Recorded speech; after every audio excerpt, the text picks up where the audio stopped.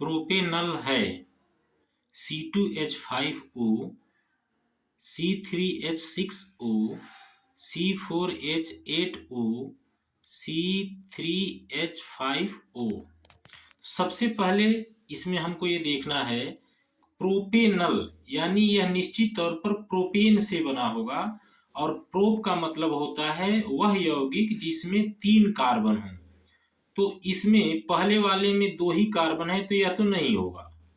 उसके बाद से तीसरे वाले में भी 4 कार्बन है, यह भी नहीं होगा। बाकी बचे ये दूसरा और चौथा। तो C3H6O और C3H5O इसमें हमको चेक करना है कौन सा सही होगा। आइए देखते हैं।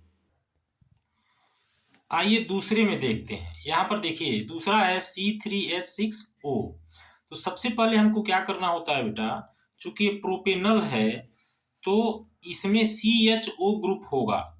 तो 3 कार्बन है तो हम तीनों कार्बनों को सिंगल सिंगल बॉन्ड से पहले जोड़ देते हैं और अंतिम वाले में CHO ग्रुप यानी C डबल बॉन्ड O और C का एक सिंगल बॉन्ड। तो इस कार्बन की संयोजकता जो 4 होती है उसको देखिए यहाँ पर पूर्णतः संतुष्ट है। 2 यहाँ पर, 1 यहाँ पर और 1 यहाँ पर। इस कार्बन के लिए तो 4 हो गया। अब इस कार्बन में देखिए, इस कार्बन में 2 संतुष्ट है तो यानी 2 हाइड्रोजन और जुड़ जाएगा यहाँ पर।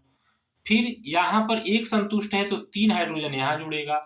तो पहले वाले कार्बन के लिए 3 हाइड्रोजन और इसके लिए क्या 2 हाइड्रोजन। तो 3 और 2 5 और 1 हाइड्रोजन यहाँ पर है 6। इसका मतलब यही वाला सही है। फिर भी हम चौथे को भी देखते हैं।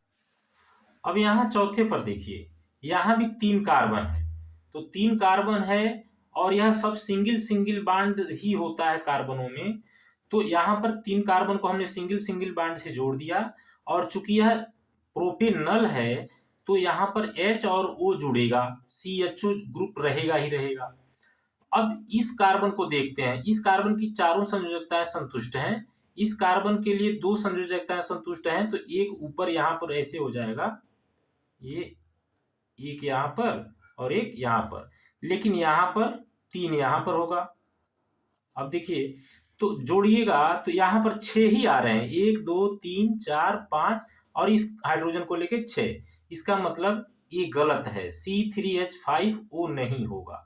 कौन सा सही होगा? ये वाला सही होगा, C3H6O।